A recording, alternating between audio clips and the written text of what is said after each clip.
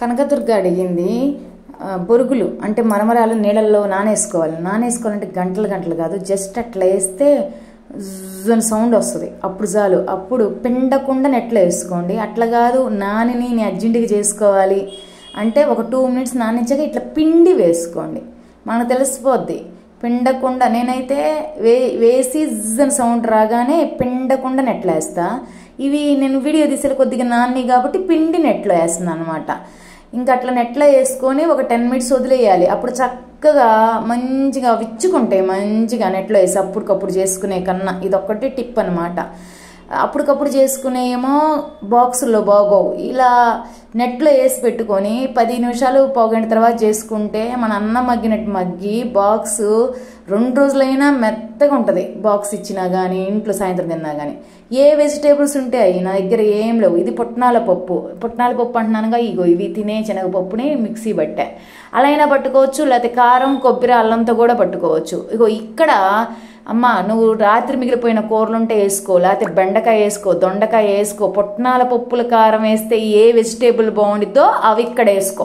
మొన్న నేను బెండకాయ వేసి చేసాను కరెక్ట్గా ఈ ప్లేస్లో, ఓకేనా. నేను మాత్రం ఉల్లిపాయ పచ్చిమిరకాయ వేసుకున్నా. అందరూ పుట్నాల పప్పులోనే కారం అల్లం కొబ్బరి వేస్తారు, నేను మాత్రం పుట్నాల పప్పు విడిగా పట్టుకుంటాను. నీ ఇష్టం అనమాట. ఇక్కడ ఉప్పు కారం వేసుకోవాలి, పసుపు ఉప్పు కారం. పుట్నాల పప్పులోనే కారం ఉంటే ఇంకా ఇక్కడ కారం వేసుకోక్కర్లేదు. కొంచెం పచ్చిమిరకాయలే కొంచెం ఎక్కువ వేసుకో. ఉప్పు వేసా. నేను పుట్నాల పప్పులో కారం వేయలేదు కాబట్టి నేను విడిగా కారం కూడా వేసుకుంటున్నాను అనమాట.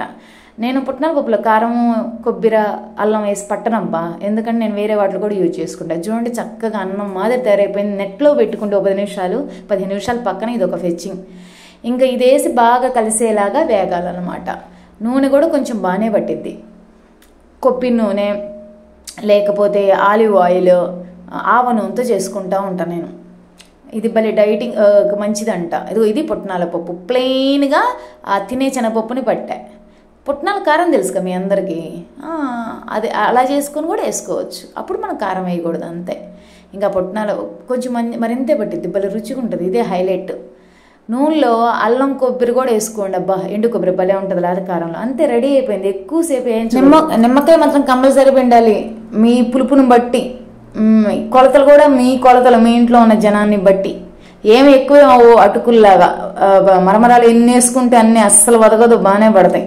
నేనైతే ఫుల్ నిమ్మకాయ పిండుతా. మాకు మధ్య ఆ పుట్నాల కారము నిమ్మకాయ కాంబినేషన్ మరమరాలతో అబ్బో స్వర్గం. మరీ ఎండిపోయేదాకా వేపకూడదు చెప్తున్నా.